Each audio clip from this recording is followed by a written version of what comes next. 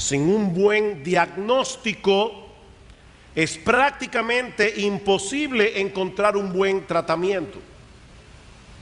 Y lo mismo ocurre con otras áreas de la vida. Por ejemplo, muchas personas perciben que hay algo que no anda bien en el ser humano.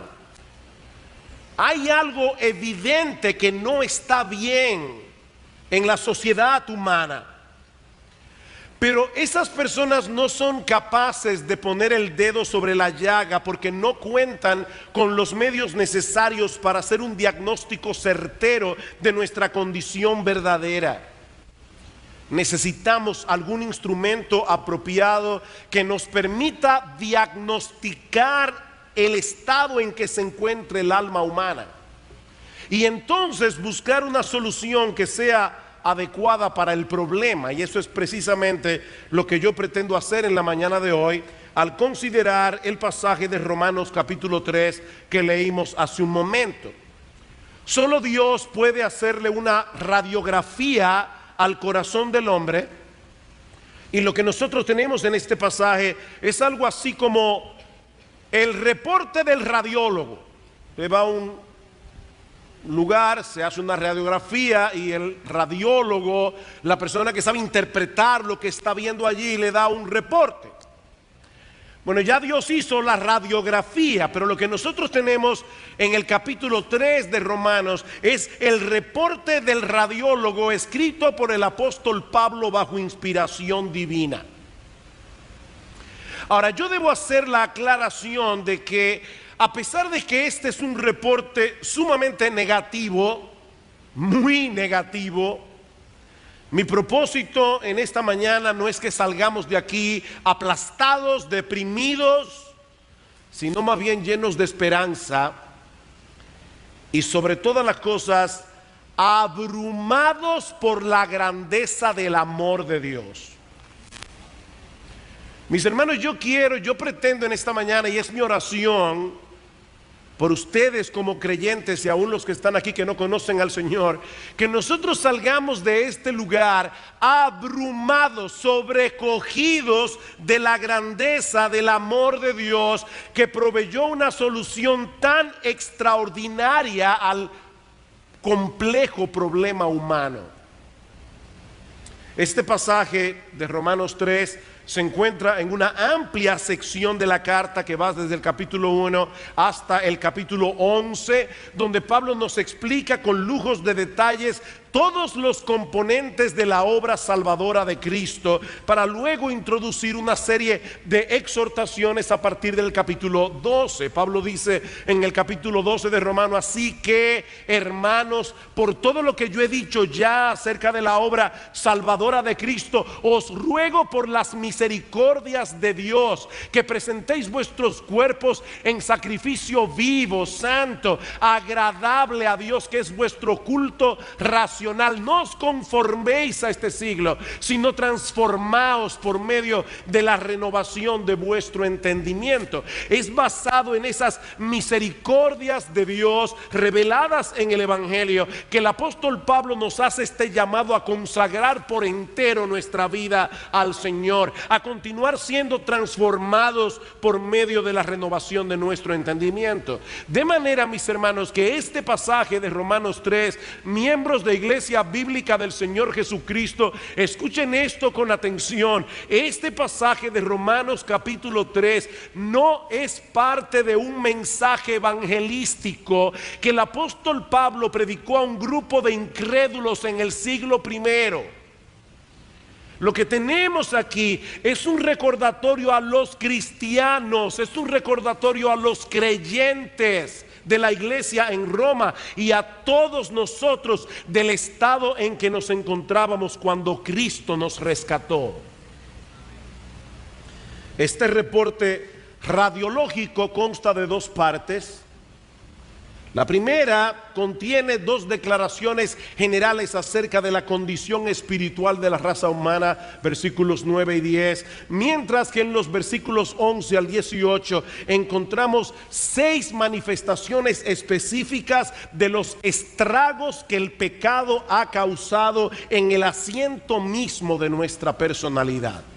Veamos entonces, en primer lugar, las dos declaraciones generales. Romanos capítulo 3, versículo 9. Pablo se pregunta: ¿qué pues? ¿Somos nosotros los judíos mejores que los paganos? ¿Somos nosotros los judíos mejores que el mundo grecorromano a nuestro alrededor? Dice él: en ninguna manera, pues ya hemos acusado a judíos y a gentiles que todos están bajo pecado. Primera declaración: todos están bajo pecado. Noten, mis amados hermanos y amigos que están aquí, que allí no dice simplemente que todos cometemos pecados, como si se tratara de algo incidental en nuestras vidas. Una frase que la gente usa mucho es: bueno, nadie es perfecto.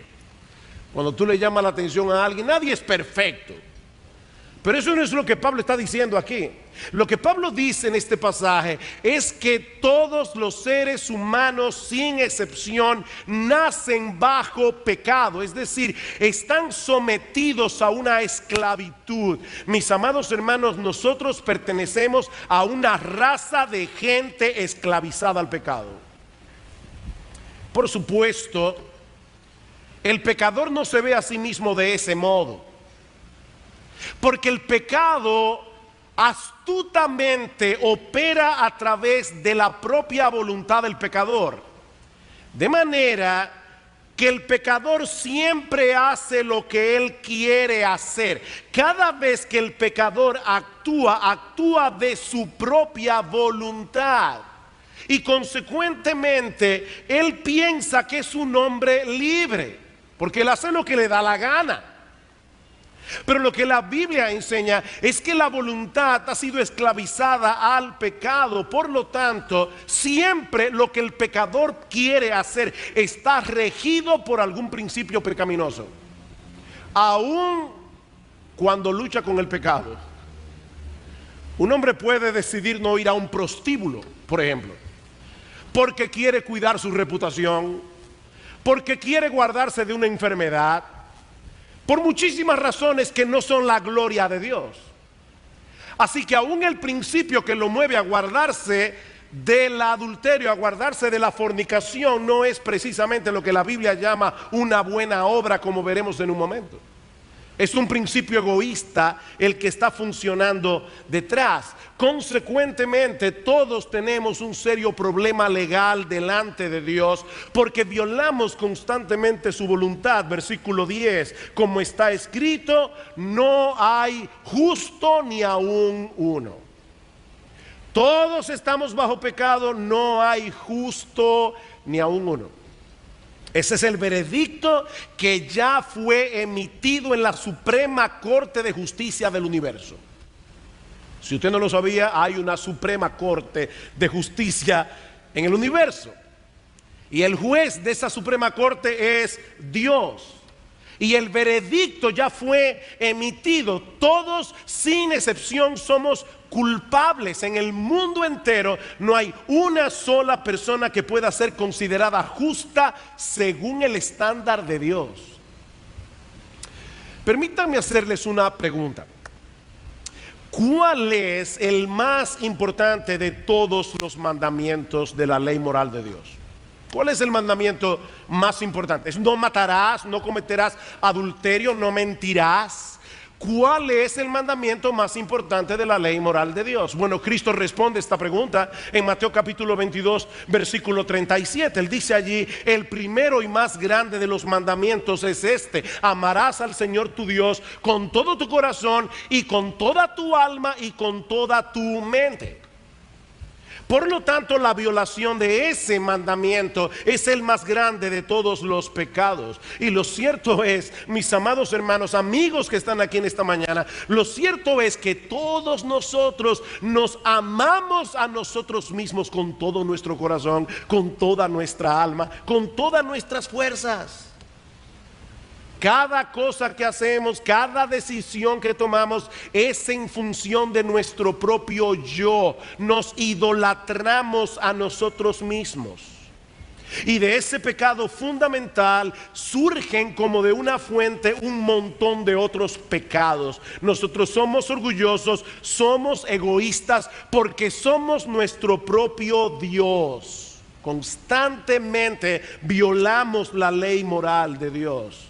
Y algún día tendremos que responder por eso. Versículo 19 dice Pablo: pero sabemos que todo lo que la ley dice, lo dice a los que están bajo la ley, para que toda boca se cierre y todo el mundo quede bajo el juicio de Dios. Para que toda boca se cierre. El pecador no tendrá nada que alegar aquel día. No habrá excusas, no habrá justificación. Porque dice la Escritura en Hebreos capítulo 4 versículo 13 que todas las cosas están desnudas y abiertas a los ojos de aquel a quien tenemos que dar cuenta. Así que somos esclavos del pecado, somos injustos. Pero ahora Pablo nos explica a partir del versículo 11 lo que eso implica en la práctica. ¿Cuál es el efecto que el pecado ha causado en el asiento mismo de nuestra personalidad? Bueno, lo primero que Pablo nos dice aquí es que el pecado ha distorsionado nuestra capacidad de entendimiento. Versículo 11: no hay quien entienda, noten el absoluto, no hay quien entienda, no hay quien busque a Dios. El intelecto del hombre funciona muy bien para muchas otras cosas, pero no para conocer a Dios como Él debe ser conocido y amarle como Él debe ser amado. El mismo Pablo dice en Efesios capítulo 4 versículo 17 que los hombres que no conocen a Dios andan en la vanidad de su mente, teniendo el entendimiento entenebrecido, ajenos de la vida de Dios por la ignorancia que en ellos hay, por la dureza de su corazón. Miren, mis hermanos, déjenme decirles algo. Un incrédulo puede tener muchas nociones teológicas correctas acerca de Dios. Un incrédulo puede tomar un examen de teología y pasarlo con buena nota, pero esta información que él conoce acerca de Dios nunca lo moverá por sí misma a amar a ese Dios por lo que Él es y a entregarle por entero su vida. Son meras nociones académicas. En otras palabras, aún las nociones teológicas que él entiende, no las entiende como debe entenderlas. Porque él tiene un prejuicio en contra de Dios. Y lo que es todavía peor, el pecado ha afectado sus deseos, el pecado ha afectado su voluntad, de tal manera que el pecador ama lo que debe aborrecer y aborrece lo que debería amar. Versículo 11, otra vez: no hay quien entienda, no hay quien busque a Dios. ¿Escucharon eso, mis hermanos? No hay quien busque a Dios. Sí, todos nosotros buscamos ansiosamente la felicidad. Todos nosotros buscamos ansiosamente darle sentido y propósito a nuestra vida, y hay muchas personas en el planeta Tierra que, movidos por ese anhelo de encontrar la felicidad, de encontrar un propósito a su existencia, deciden alinearse con algún tipo de creencia religiosa. Pero Pablo está diciendo aquí que en el mundo entero no hay una sola persona que naturalmente busque al verdadero Dios. No hay una. A ese Dios que se revela en la Biblia y sobre todas las cosas, ese Dios que se revela a través de la persona de nuestro Señor Jesucristo. A Dios nadie le vio jamás. El unigénito Hijo que está en el seno del Padre, Él le ha dado a conocer. Cristo dice: yo soy el camino y la verdad y la vida. Nadie viene al Padre sino por mí.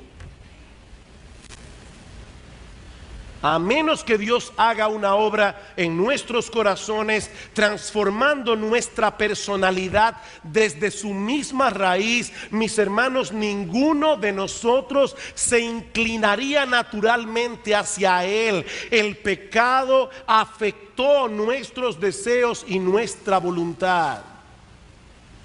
Amamos lo que nos daña y aborrecemos aquello que es para nuestro bien. Muchas veces he ilustrado esta enseñanza con el ejemplo de una paloma y un buitre. Si usted pone a una paloma y a un buitre a escoger libremente, sin coacción, entre un plato de maíz y un plato de carroña, el buitre siempre escogerá la carroña, la paloma siempre escogerá el maíz porque es parte de su naturaleza. Si nosotros queremos tener un buitre que coma maíz y que no coma carroña, nosotros tenemos que transformarlo. Esa naturaleza buitresca tiene que ser palomizada. Y eso es exactamente lo que hace Dios en la regeneración. Es un cambio tan profundo en el asiento de nuestra personalidad que por primera vez en nuestras vidas, nuestros deseos y nuestra voluntad comienzan a funcionar adecuadamente. ¿Para qué? Para amar lo que debemos amar y aborrecer lo que debemos aborrecer. Por supuesto, si nuestro entendimiento ha sido alterado, si nuestro deseo y nuestra voluntad ha sido dañada por el pecado, eso afectará necesariamente nuestro comportamiento. Versículo 12. Todos se desviaron, todos se desviaron. Pastor, ¿qué significa la palabra todos en el original? Todos se desviaron, aún a todos se hicieron inútiles. No hay quien haga lo bueno, no hay ni siquiera uno solo. Bueno, pastor, ahora sí que yo no estoy de acuerdo con este reporte radiológico, porque hay un montón de personas en el mundo que hacen cosas buenas y muchas de ellas ni siquiera son cristianas. De hecho, algunas son ateas. Eso es verdad. Por el simple hecho de haber sido creados a la imagen de Dios, el hombre tiene inclinaciones hacia cosas que son buenas en sí mismas. Hoy es el Día de los Padres. De paso, mis hermanos, todos los domingos es el Día del Padre. Todos los domingos es el Día del Padre, pero hoy es el Día de los Padres aquí, terrenales. Bueno, en el mundo entero, en sentido general, hay padres que aman a sus hijos y los aman hasta el punto del sacrificio. Hay esposos que se mantienen fieles a sus esposas hasta el fin de sus días. Hay incrédulos que son honestos en sus negocios. Hay incrédulos que se dedican a causas humanitarias, a servicios humanitarios en la Cruz Roja y en muchos otros lugares, los Médicos Sin Fronteras. Y pudiera citar muchísimas cosas más. Pero para que una obra sea considerada como objetivamente buena ante los ojos de Dios, tiene que tener dos características. Debe ser hecha única y exclusivamente bajo los estándares de Dios. Y en segundo lugar, debe ser hecha única y exclusivamente para su gloria, no para la nuestra. En Mateo capítulo 5 versículo 16, el Señor Jesucristo le dice a los discípulos: así alumbre vuestra luz para que el mundo vea vuestras buenas obras y que glorifiquen a vuestro Padre que está en los cielos. El problema es que nosotros tenemos una visión distorsionada de nosotros mismos. Nosotros solemos minimizar nuestros pecados y al mismo tiempo sobreexaltamos las cosas buenas que hacemos y pensamos que esas buenas obras deben ser aceptadas también como buenas en la presencia de Dios. Tiene Dios que reconocerlas como si fueran obras de justicia. Pero ¿saben qué, mis amados hermanos, amigos que están aquí en esta mañana? Hay una diferencia abismal entre el concepto que Dios tiene de justicia y el que nosotros tenemos. Yo recuerdo cuando era niño, y Eric, mi hermano, se va a acordar de eso, que en un viaje que mi mamá hizo a los Estados Unidos, ella nos trajo un juego de Monopolio. Imagínense, San Juan de la Maguana, en la década de los 60, un juego de Monopolio en inglés. Nosotros estábamos monos con el juego, Monopolio. Y ese verano nos pasamos horas y horas y horas jugando Monopolio, vendiendo propiedades, ganando dinero, perdiendo dinero. Ahora imagínense por un momento que un individuo por alguna razón de repente pierde el contacto con la realidad y comienza a creer que esos negocios son reales.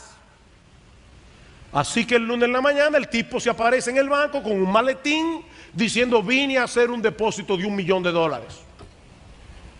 Le busca un agente de cuenta inmediatamente. El tipo pone el maletín en la mesa y cuando abren, $1.000.000 en moneda de monopolio.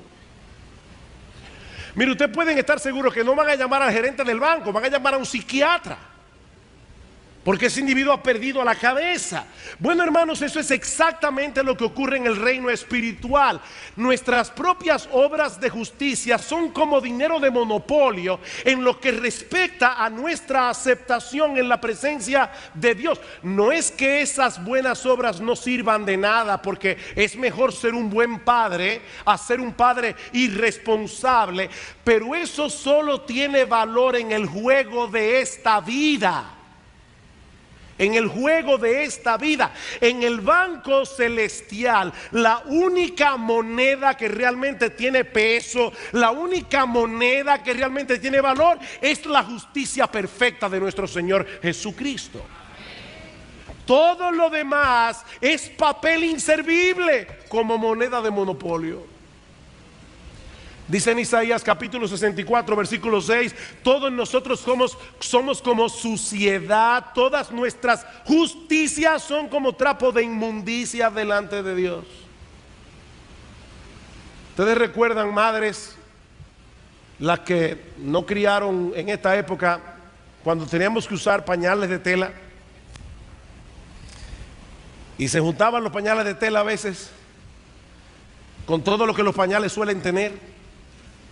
Y si usted dejaba eso por un rato, acumulándose ahí algunas horas, sobre todo con el calor de República Dominicana, el olor que eso emana es insoportable. Bueno, lo que Isaías está diciendo es que cuando Dios huele nuestras obras de justicia, a Él le huele a lo mismo. Son como un trapo de inmundicia delante de Él. Así que no hay justo ni aún uno, no hay quien entienda, no hay quien busque a Dios, no hay quien haga lo bueno, no hay ni siquiera uno. Pero el reporte radiológico no ha terminado. Versículo 13: sepulcro abierto es su garganta, con su lengua engañan, veneno de áspides hay debajo de sus labios, su boca está llena de maldición y de amargura. La Biblia dice que de la abundancia del corazón habla la boca. Mateo capítulo 12 versículo 34. Si tú llenas un vaso de agua hasta rebosar, lo que va a salir hacia afuera no es jugo de naranja. Y lo que Pablo nos dice aquí es que nuestras conversaciones, lo que nosotros hablamos, lo que el hombre suele hablar en sentido general, revelan cosas muy preocupantes de lo que hay en el corazón del hombre. Alguien parafraseó este pasaje con las siguientes palabras: su lengua está llena de fraude, sus labios están manchados con veneno, su boca está llena de hiel, su lengua es una espada para atravesar a los hombres y su garganta un sepulcro donde los entierra. Yo les decía que el reporte no era muy agradable de leer. Miren, mis hermanos, si hay algo que refleja el carácter perverso y contradictorio del hombre, es su hablar. Por eso es que cuando en Isaías capítulo 6 versículo 5 vio la gloria de Dios, lo primero que Isaías exclamó fue: ay de mí, que siendo hombre inmundo de labios y habitando en medio de un pueblo que tiene labios inmundos, han visto mis ojos al Rey. Los primeros pecados que vinieron a la mente de Isaías fueron los pecados de la lengua. Ahora, ¿por qué yo digo que esto revela el carácter contradictorio del hombre? Piensen en esto. A la mayoría de las personas que yo conozco, si no a todas, les molesta profundamente que les mientan. A la mayoría de las personas, si no a todas, les molesta profundamente que hablen de ellos a sus espaldas. A la mayoría de las personas, si no a todas, les molesta profundamente que los traicionen. Sin embargo, la realidad es que la mentira es sumamente común entre los seres humanos, lo mismo que el chisme. Y lamentablemente la iglesia no se libra de eso. El chisme, ¿qué es un chisme? Hablar con una persona lo que debiste haber hablado con otra. Eso es un chisme. Por delante te muestran una cara, por detrás te clavan un cuchillo. Esa es la vida allá afuera, mis hermanos. Hay un cuadro que pinta Jeremías de lo más desagradable. Dice Jeremías en Jeremías capítulo 9: hicieron que su lengua lanzara mentira como un arco, no se fortalecieron para la verdad en la tierra, porque de mal en mal procedieron y me han desconocido, dice el Señor. Guárdese cada uno de su compañero y en ningún hermano tenga confianza, porque todo hermano engaña con falacia y todo compañero anda calumniando. Y cada uno engaña a su compañero y ninguno habla verdad. Acostumbraron su lengua a hablar mentira. Y a veces es increíble, porque uno está con una persona, lo llaman por el celular y él está con uno ahí. Ah, sí, sí, fulano, estoy en la oficina ahora mismo recogiendo los papeles para enviártelo. Y después esa persona quiere que tú confíes en ella. Lo grande es que si esa persona se entera que alguien le hace lo mismo, a él le molesta. Es que somos un manojo de contradicción. ¿Saben qué, mis hermanos? El mundo es un lugar peligroso en el cual vivir, porque el ser humano es chismoso y es engañador. El mundo es un lugar peligroso. En el momento en que menos te lo esperas, te enteras de alguien en quien tú confiabas que estaba hablando mal de ti a tus espaldas. En el momento que menos te lo esperas. Si tú no has pasado por esa experiencia, por favor, dame la dirección de donde que tú vives. Y eso nos hiere profundamente. Ahora, ¿saben qué? Deberíamos comenzar a examinar nuestros propios corazones. Nuestros propios corazones, porque son muchos los pecados que se cometen con la lengua, que nosotros cometemos con la lengua. Nos promovemos a nosotros mismos, destilamos amargura y descontento, justificamos lo injustificable. En definitiva, lo que nuestras conversaciones reflejan del carácter humano es bastante deprimente. Por supuesto, esto revela otro aspecto más profundo, y es que el pecado ha dañado profundamente nuestras relaciones interpersonales. Versículo 15: sus pies se apresuran para derramar sangre, quebranto y desventura hay en sus caminos y no conocieron camino de paz. Bueno, pastor, ahora sí llegamos a una característica, a un aspecto que no se aplica a mí. Yo no soy esa persona derramadora de sangre que Pablo está describiendo en este pasaje. ¿De verdad que no? ¿Eso es lo que tú piensas acerca de ti mismo? ¿Tú crees que porque nunca has cometido literalmente un homicidio, estás libre de la violencia que Pablo describe en este pasaje? Porque eso mismo pensaban los judíos en el tiempo del Señor.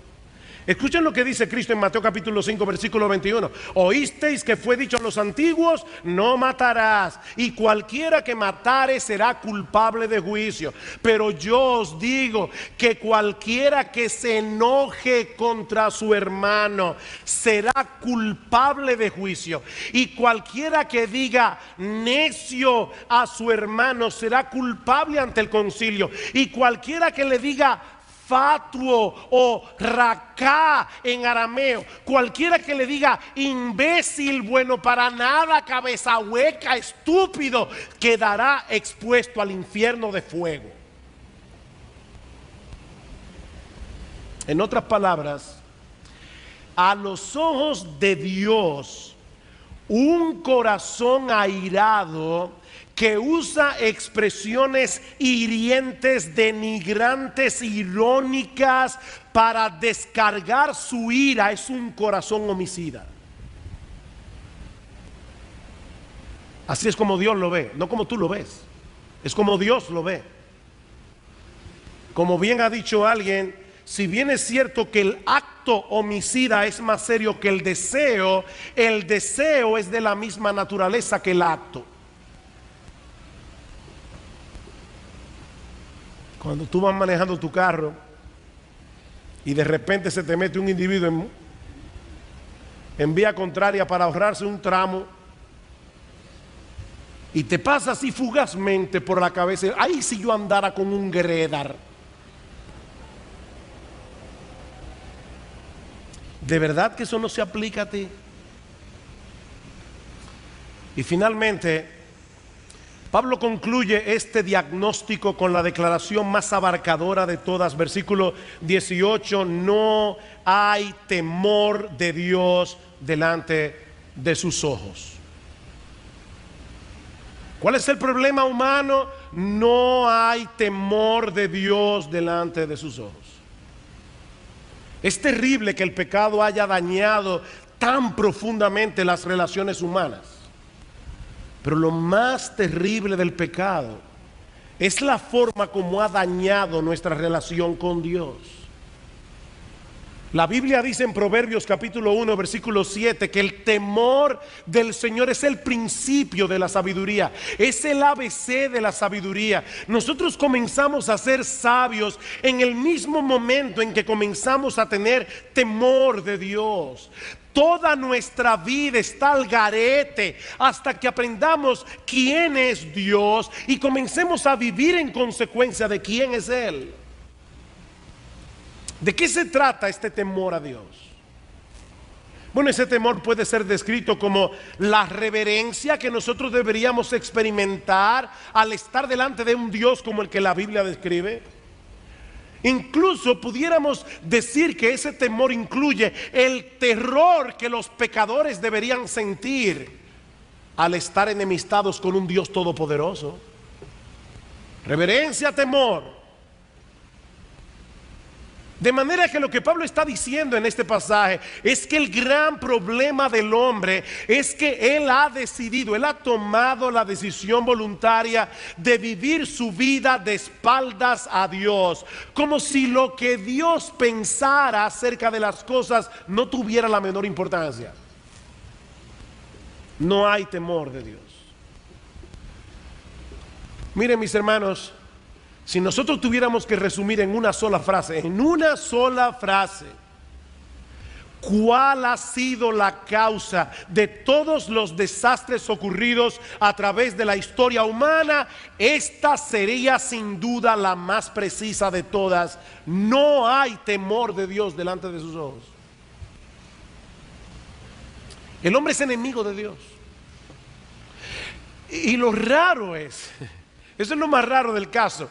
Lo raro es que el hombre que no le tiene temor a Dios, entonces comienza a tenerle temor a cosas que son menores que Dios.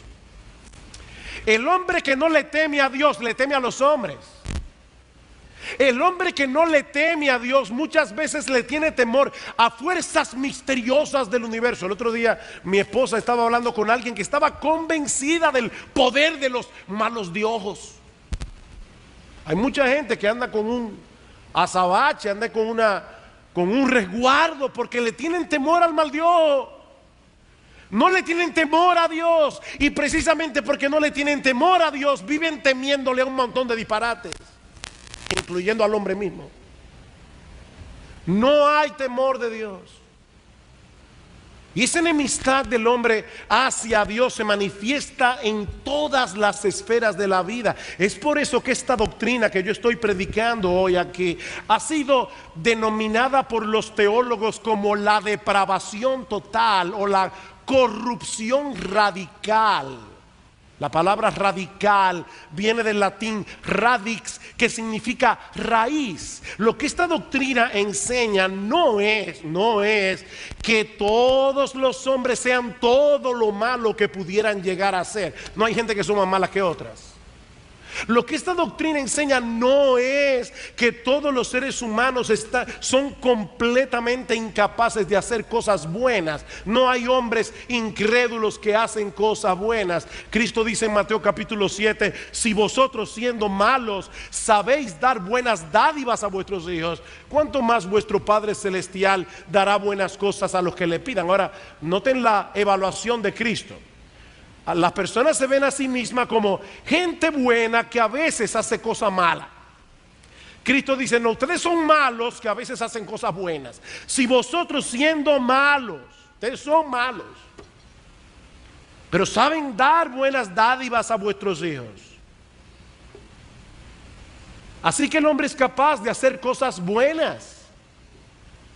Pero cuando decimos que el hombre está totalmente depravado, lo que queremos decir es que todas las facultades humanas han sido afectadas, han sido dañadas, han sido corrompidas por el pecado. El intelecto, la voluntad, las emociones. Mis amigos, mis hermanos, ese es el diagnóstico de Dios. Ese es el diagnóstico de Dios. Pero yo les decía al principio que mi propósito en esta mañana no era que ustedes salieran deprimidos de este lugar, aplastados, porque es aquí precisamente donde el evangelio de Jesucristo brilla en todo su esplendor. Porque fue precisamente por causa de ese hombre descrito en Romanos 3, enemigo de Dios, dañado por el pecado, que Dios diseñó un plan de salvación centrado en la vida, la muerte y la resurrección de nuestro gran Dios y Salvador Jesucristo. Para rescatar a ese hombre, a ese hombre. Mis hermanos, no lo olviden, esa era la condición en que tú y yo nos encontrábamos cuando Cristo nos rescató. Esa era la condición en que tú y yo nos encontrábamos cuando Dios decidió escogernos para salvación desde antes de la fundación del mundo. Como dice el apóstol Pablo: apenas puede ser que alguno ose morir por un bueno, pero Dios muestra su amor para con nosotros en que siendo pecadores, Cristo murió por nosotros. Es por eso que esta doctrina es tan importante, hermanos. Porque nadie puede llegar a aquilatar el amor de Dios en toda su belleza. Nadie puede entender a plenitud el evangelio, ni llegar a deleitarse y a gozarse en la salvación que nosotros tenemos en Cristo, hasta que no llegue a entender cuál era la condición de la que fue rescatado. Efesios capítulo 2. Carta de Pablo a los Efesios capítulo 2. Qué pasaje tan glorioso. Pablo dice: y Él os dio vida a vosotros cuando estabais muertos. El mensaje de esta mañana se titula gravemente enfermo o espiritualmente muerto. Bueno, lo que Pablo dice aquí: Él os dio vida a vosotros cuando estabais agonizando. No, cuando estabais muertos en vuestros delitos y pecados, en los cuales anduvisteis en otro tiempo, siguiendo la corriente de este mundo, conforme al príncipe de la potestad del aire, el espíritu que ahora opera en los hijos de desobediencia, entre los cuales también todos nosotros, dice Pablo, vivimos en otro tiempo en los deseos de nuestra carne, haciendo la voluntad de la carne y de los pensamientos, y éramos por naturaleza hijos de ira, lo mismo que los demás. Pero,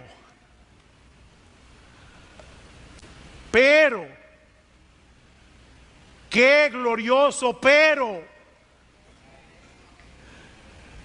El doctor R.C. Sproul, uno de los grandes teólogos de esta generación, tiene en su oficina un letrerito que dice pero. Y yo quiero recordar esto: pero Dios, que es rico en misericordia. ¿Ustedes oyeron eso? Dios es rico en misericordia por su gran amor con que nos amó, aun estando nosotros muertos en nuestros delitos y pecados, nos dio vida juntamente con Cristo. Por gracia sois salvos, y juntamente con Él nos resucitó y asimismo nos hizo sentar en los lugares celestiales con Cristo Jesús. ¿Saben para qué? Para mostrar en los siglos venideros las abundantes riquezas de su gracia en su bondad para con nosotros en Cristo Jesús, Señor nuestro. Glorias, glorias, glorias y aleluyas sean dadas a nuestro Dios.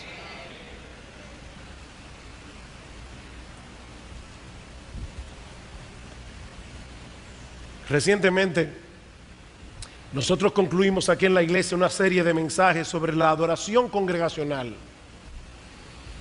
Y vimos el papel tan importante que juega el Evangelio en todo esto. ¿Tú quieres darle a Dios la adoración que Él merece? ¿Tú quieres realmente venir a la iglesia con un corazón preparado para alabar a Dios como Él debe ser adorado y alabado? Mi hermano, medita en el Evangelio. Medita en el Evangelio. Medita en lo que Dios hizo por ti, a través de la sangre de Cristo derramada en la cruz del Calvario, para poder perdonar tus pecados, poder aceptarte en su presencia, poder reconciliarse contigo, poder adoptarte como hijo sin pasar por alto su justicia. Porque ya su justicia fue satisfecha. Cristo la satisfizo. Le decía a un grupo de cristianos en estos días lo que he dicho aquí otras veces: mis hermanos, no se confundan, la salvación es por obras. La salvación es por obras, pero no por la tuya ni por la mía, sino por la de Jesucristo. Él hizo la obra completa. Cuando Él murió en la cruz del Calvario, dijo: consumado es, ya pago está.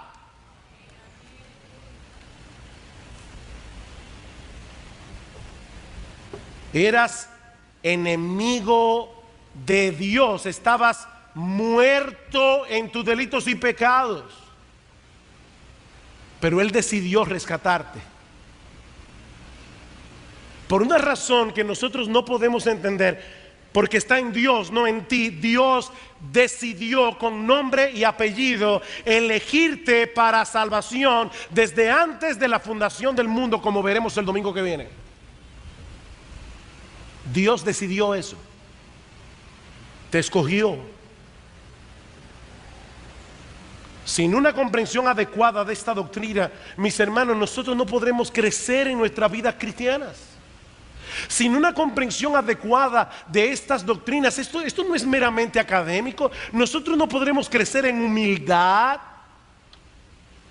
Y si tú no creces en humildad, tú no vas a crecer espiritualmente. Escucha lo que dice Dios. Porque así dijo el alto y sublime, el que habita la eternidad y cuyo nombre es el Santo: yo habito en la altura y en la santidad y con el quebrantado y humilde de espíritu, para hacer vivir el espíritu de los humildes y para vivificar el corazón de los quebrantados. Dios mora, Dios está cerca con el que es contrito de espíritu, con aquel que se humilla. Mi hermano, cuando tú sientas que tu corazón se llena de orgullo, cuando tú sientas que tu corazón se está llenando de autojusticia, y de repente tú te ves a ti mismo comparándote con otros hermanos de la iglesia y sintiéndote superior, eso a veces es muy sutil. Pero cuando esto comience a ocurrir, cuando tú te des cuenta que esa levadura maldita está obrando en tu corazón, cuando comience a hacerte difícil perdonar a los demás, mi amado hermano, recuerda quién eras tú sin la gracia de Dios. ¿Quién eras tú sin la gracia de Dios?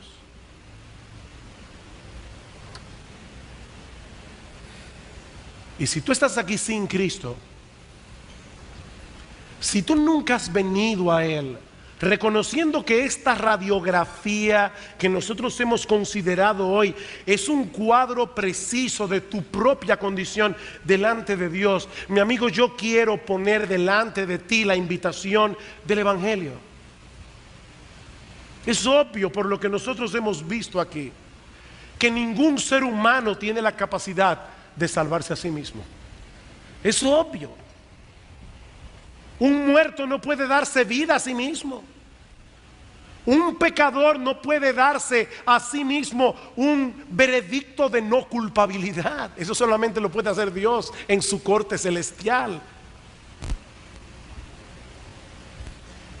Pero ¿sabes cuál es el medio que Dios usa para obrar en el corazón humano?